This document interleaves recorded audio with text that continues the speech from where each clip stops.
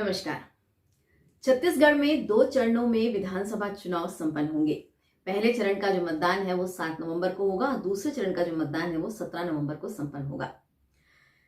पूरे राज्य में चारों तरफ केवल चुनावी माहौल है।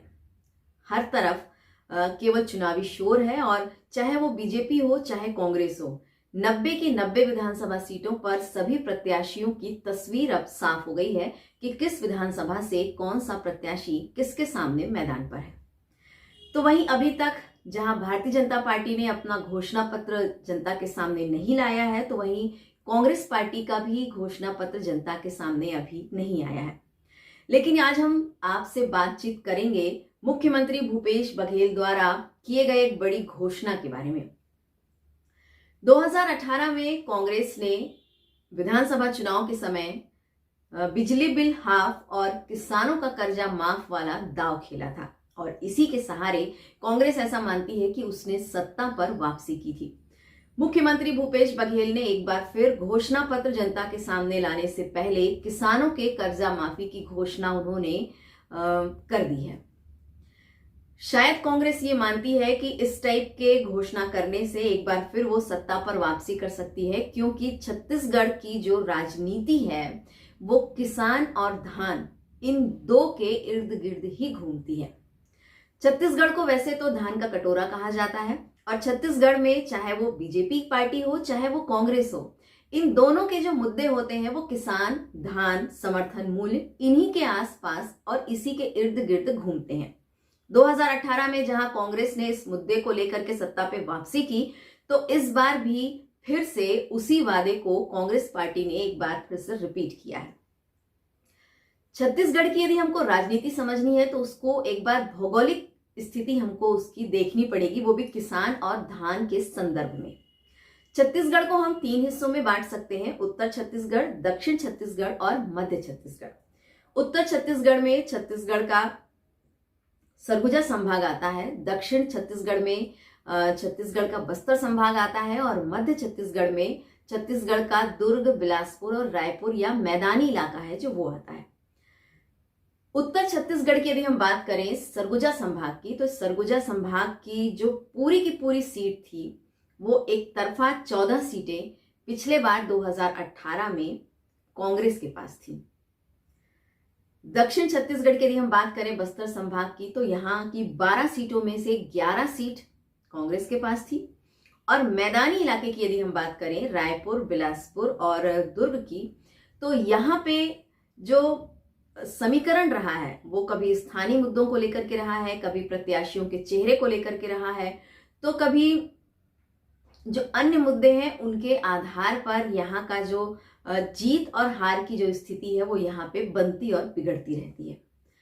मुख्यमंत्री भूपेश बघेल ने 2 दिन पहले किसानों के कर्जा माफी का ऐलान करके निश्चित तौर पर बीजेपी पार्टी के लिए एक विषय जो है वो भी उनसे छीन लिया कि यदि वो अपने घोषणा पत्र में इसको शामिल करने वाले होंगे तो अब बीजेपी के पास ये सवाल होगा कि वो इससे क्या और बेहतर किसानों के लिए ला सकते हैं।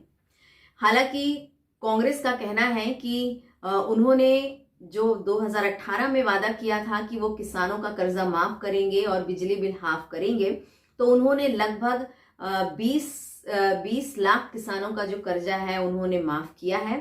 और यदि इस बार 2023 के विधानसभा चुनाव में कांग्रेस ऐसा मानती है कि लगभग 23 लाख किसानों से जुड़ा हुआ ये सवाल है कि किसानों का कर्जा यदि कांग्रेस सरकार बनाती है छत्तीसगढ़ में और माफ करती है उनका कर्जा, तो 23 लाख किसानों से जुड़ा हुआ ये सीधा मुद्दा होगा और ये सीधा सवाल होगा जो हो सकता है छत्तीसगढ़ में निर्णायक भूमिका भी निभा सकता है। क्योंकि 2018 के चुनाव में पार्टियों ने देखा है कि इस मुद्दे को लेकर के कैसे जो स्थिति थी वो बदल गई थी और बीजेपी जहां 14-15 सीटों पर सिमट गई, वहां कांग्रेस ने लीड लेकर के 68 सीटें जो थी उससे जीती थी।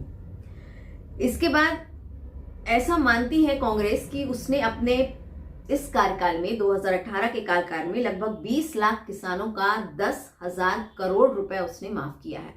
तो वहीं बीजेपी का कहना है कि यदि आपने किसानों का कर्जा माफ किया है तो उसमें आपने कौन सी बड़ी भारी बात की है। इसलिए क्योंकि जो मोटे धान का पैसा आता है वो केंद्र के पास से आता है, पतले धान का भी जो पैसा आता है वो भी केंद्र देती है। आप अपने तरफ से क्या देते हैं उसको आप जनता को बताइए।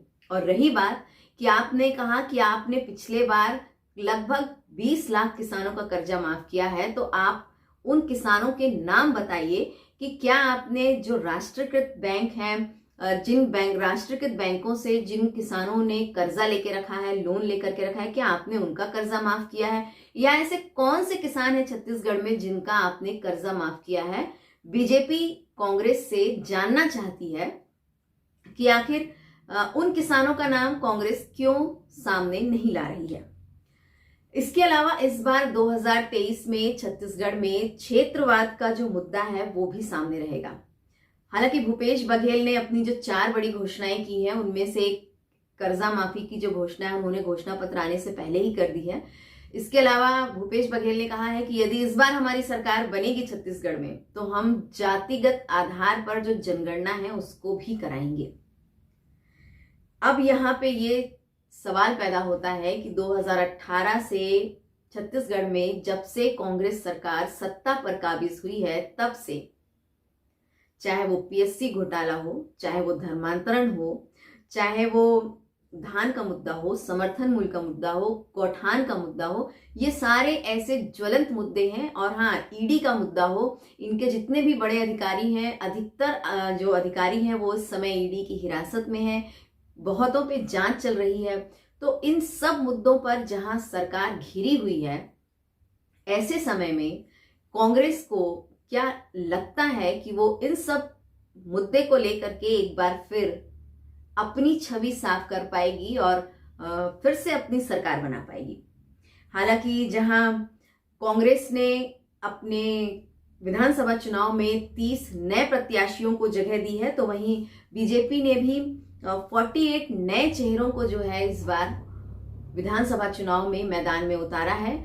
और देखना होगा इस बार कि जिस तरीके से कांग्रेस किसानों को पकड़ करके रखी है और किसानों को लेकर के, किसानों के सहारे वो 2023 का विधानसभा चुनाव जीतना चाहती है, तो ऐसे समय में भारतीय जनता पार्टी अपने घोषणा पत्र में किसानों के लिए क्या कुछ लेकर के आती है और क्या ऐसा नया लेकर के आती है कि जिससे किसान भी खुश हो जाएं और उनको सत्ता में वापसी भी मिल जाए।